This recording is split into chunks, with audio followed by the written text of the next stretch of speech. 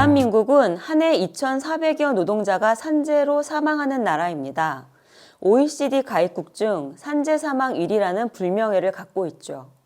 2018년 김용균, 2016년 구의역 김군, 삼성중공업 타워크레인 충돌, 현대제철, 현대중공업 등 반복되는 산재 사망과 특수고용 노동자들의 산재 사망, 노동자들이 죽어나가는 노동 현장을 일일이 거론하려면 3박 4일 밤을 새워도 부족합니다.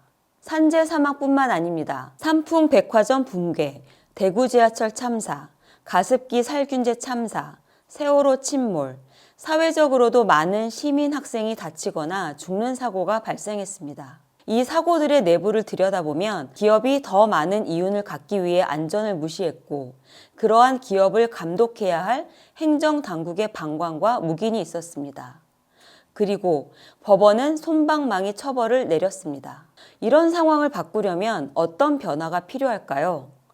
바로 중대재해기업처벌법 제정으로 산재 사망, 재난사고의 진짜 책임자를 처벌하는 것입니다. 민주노총은 2006년부터 시민과 노동자의 생명과 건강을 빼앗는 산재 사망, 재난사고를 일으킨 기업의 대표, 경영책임자, 법인, 정부 책임자를 처벌할 수 있는 특별법 제정의 필요성을 주장해 왔습니다.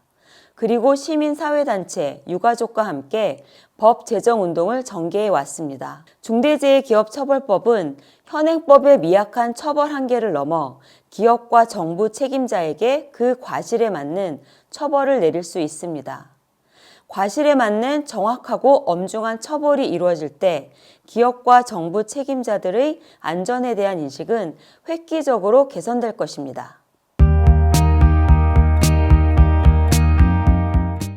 중대재해기업처벌법의 목적은 기업의 조직문화, 안전관리 시스템 미비 등으로 사업장, 다중이용시설 등에서 인명피해가 발생했을 때 법인, 사업주, 경영책임자, 정부의 관련 책임자들을 처벌함으로써 노동자와 시민의 생명과 안전을 확보하는 것입니다. 법 적용 대상은 근로자나 이용자, 기타 사람의 사상 결과가 발생한 경우로 특수고용 노동자, 하청 노동자, 도급 용역 노동자는 물론 세월호 참사, 가습기 살균제 참사와 같은 일반 시민 피해도 포함됩니다. 2013년 삼성전자 불산가스 누출 사고처럼 공장 주변 지역 주민의 인명피해에도 적용됩니다. 처벌 내용은 이렇습니다. 사업주, 경영 책임자 등이 안전보건조치 의무를 다하지 않아 사람을 사망케 하면 3년 이상의 유기징역 또는 5억 원 이하의 벌금을, 사람이 다치면 5년 이하의 유기징역 또는 1억 원 이하의 벌금으로 그들을 처벌할 수 있습니다. 법인에는 10억 원 이하의 벌금을 부과할 수 있는데요.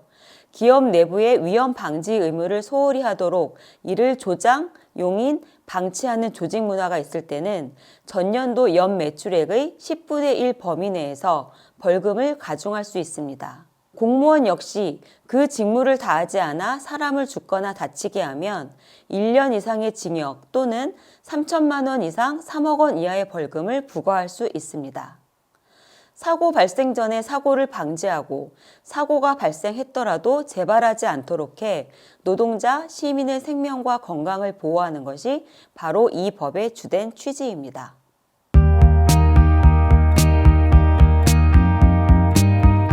(3시간마다) 한 명이 죽고 (5분마다) 한 명이 다치는 곳이 노동 현장입니다. 반려동물을 살해해 징역형을 처하는 사회로까지 발전했는데 유독 노동자를 사망에 이르게 하는 기업에게는 언제나 솜방망이 처벌, 깃털 같은 처벌을 하는 곳이 대한민국입니다. 그럼 얼마나 가벼운 처벌을 할까요? 2016년 구의역 김군 사고에서 당시 원청인 서울메트로는 무혐의 처분을, 2018년 청년 비정규 노동자 김용균 산재 사망을 조사한 충남 태안경찰서는 원하청 모두 무혐의로 경찰에 송치했습니다. 2011년 이마트 4명 사망사고는 이마트에 단돈 100만 원의 벌금을 부과했을 뿐입니다. 192명이 사망한 대구 지하철 참사, 295명이 사망한 세월호 등 산재 사망, 재난사고의 몸통인 기업에게는 깃털 같은 처벌이 있었습니다. 사람이 죽어나가도 사업주, 경영 책임자, 기업, 그 누구도 어떤 처벌을 받지 않는데 어떤 기업이 산재 사망을 막기 위해 시민의 생명 안전과 사고 예방을 위해 노력할까요? 기업을 강력하게 처벌할 때, 경영 책임자에게 무거운 책임을 물을 때, 기업은 사고 예방을 위한 주의와 의무를 다할 것입니다. 산재 사망이나 재난사고가 발생하면 사고 책임자에게는 형법상 업무상 과실치사상죄가 공통으로 적용됩니다. 그리고 사고 원인과 유형에 따라 관련법이 적용되는데요. 산재 사망은 산업안전보건법에 따라 처벌됩니다. 하지만 산안법은 구체적인 법률 행위 위반자 중심으로 처벌하기 때문에 대부분 현장 안전 책임자처럼 하급 관리자만 처벌받고 예방조치 의무를 가진 기업의 최종 책임자나 법인을 형사처벌하기는 어렵습니다. 2018년 태안하려 김용균 노동자의 죽음과 투쟁으로 28년 만에 개정된 산안법은 산재 사망에 대해 7년 이하의 징역을 부과할 수 있습니다. 그러나 몇 년 이상의 징역형을 부과한다는 하한형이 아닌데다 지금까지의 기업 봐주기 판례를 보건대 법의 실효성을 기대하기란 어렵습니다.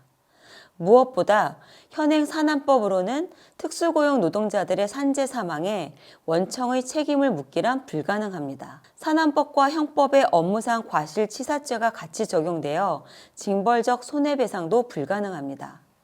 영업정지도 지자체의 판단에 다시 맡겨집니다.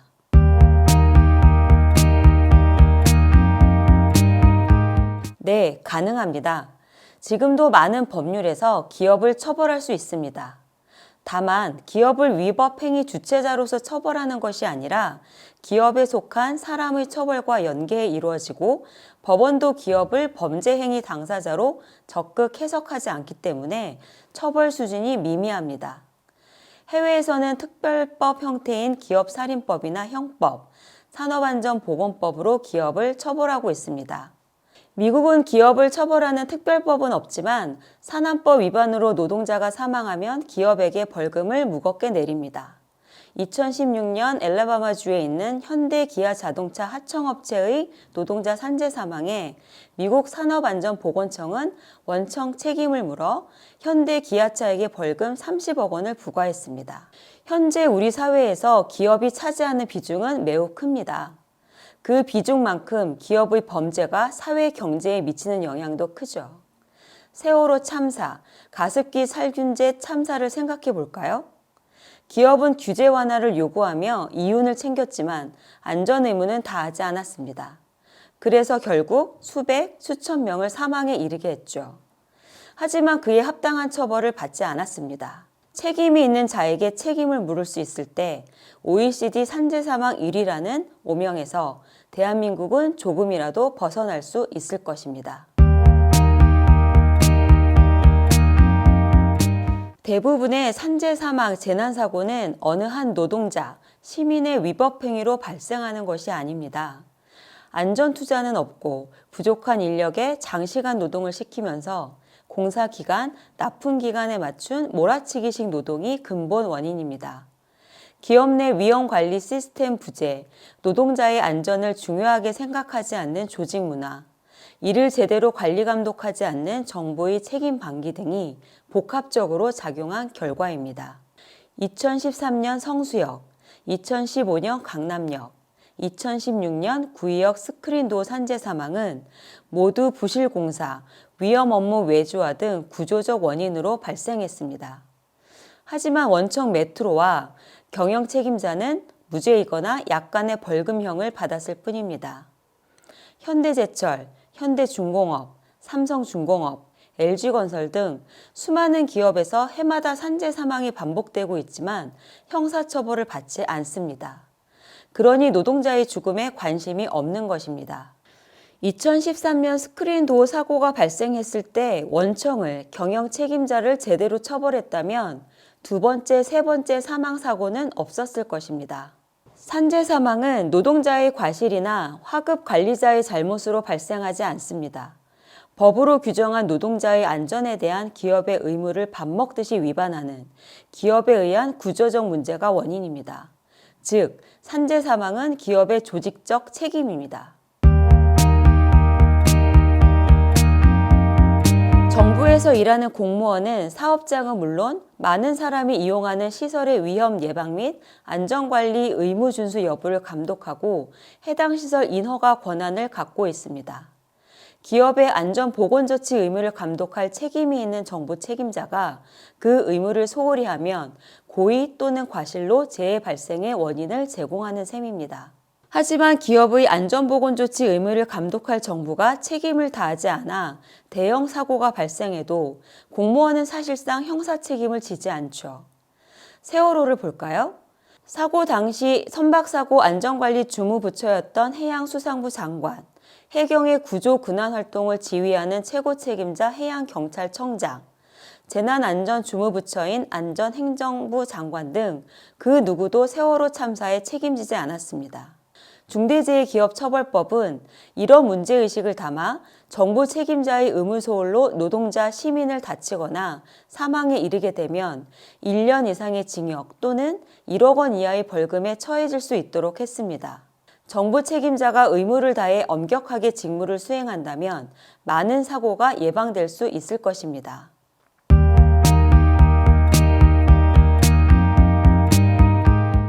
영국은 1987년 193명이 사망한 선박 침몰 사고에서 고위 관리자가 무죄 판결을 받은 사건을 계기로 2007년 기업살인법을 제정했습니다.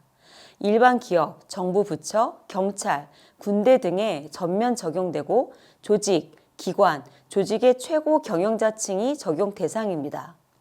벌금의 상한선도 없습니다.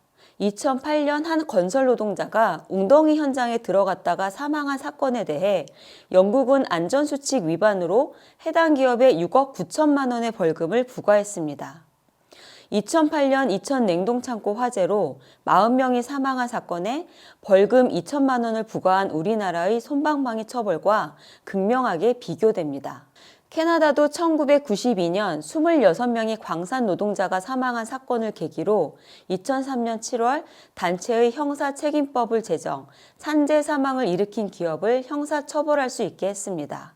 기업에게 무한 벌금과 최대 15할의 피해자 과징금을 부과할 수 있습니다. 호주는 캔버라가 있는 주에서 2003년 산업살인법을 제정해 기업, 기업의 책임자, 정부 상급 관리자 등을 처벌할 수 있습니다. 기업에게 내릴 수 있는 벌금 최고액은 약 60억 원입니다. 중대재해기업 처벌, 결코 낯선 일이 아닙니다. 타워크레인 충돌로 6명의 하청 노동자를 죽게 한 삼성중공업. 2015년 안전펜스를 설치하지 않아 용광로 추락사를 일으킨 현대제철을 처벌할 수 있습니다. 2008년 형식적인 소방 점검, 안전조치 미이행으로 40명의 건설 노동자가 사망한 이천 냉동창고 산재 사망에 무거운 벌금을 부과할 수 있습니다. 2018년 태안화력 김용균 노동자 죽음의 책임을 물어 한국서부발전을 처벌할 수 있습니다. 1,400명 이상의 사망자와 6,000명 이상의 피해자를 낳은 가습기 살균제 참사의 책임을 물어 제조업체와 대표, 제조 판매를 승인한 정부 책임자를 처벌할 수 있습니다. 즉, 중대재해기업처벌법이 제정되면 개별법 처벌 규정과 현행 형사법 체계의 한계로 미꾸라지처럼 처벌에서 빠져나갔던 기업, 경영 책임자, 원청, 관련된 정부 책임자들을 처벌할 수 있습니다. 수많은 산재 사망과 재난 사고에서 피해는 고스란히 노동자 시민에게 전가하고 뒷짐지고 물러서 있던 사업주, 경영 책임자, 법인, 공무원에게 책임을 물을 수 있습니다. 이것이 가능할 때만이 출근했다가 퇴근하지 못한 한 해 2,400명의 노동자가 가족의 품으로 돌아갈 수 있습니다. 중대재해기업처벌법 제정은 노동자, 유족, 시민사회가 함께 중대재해기업처벌법 제정 운동본부를 구성해 만들어 나갈 것입니다.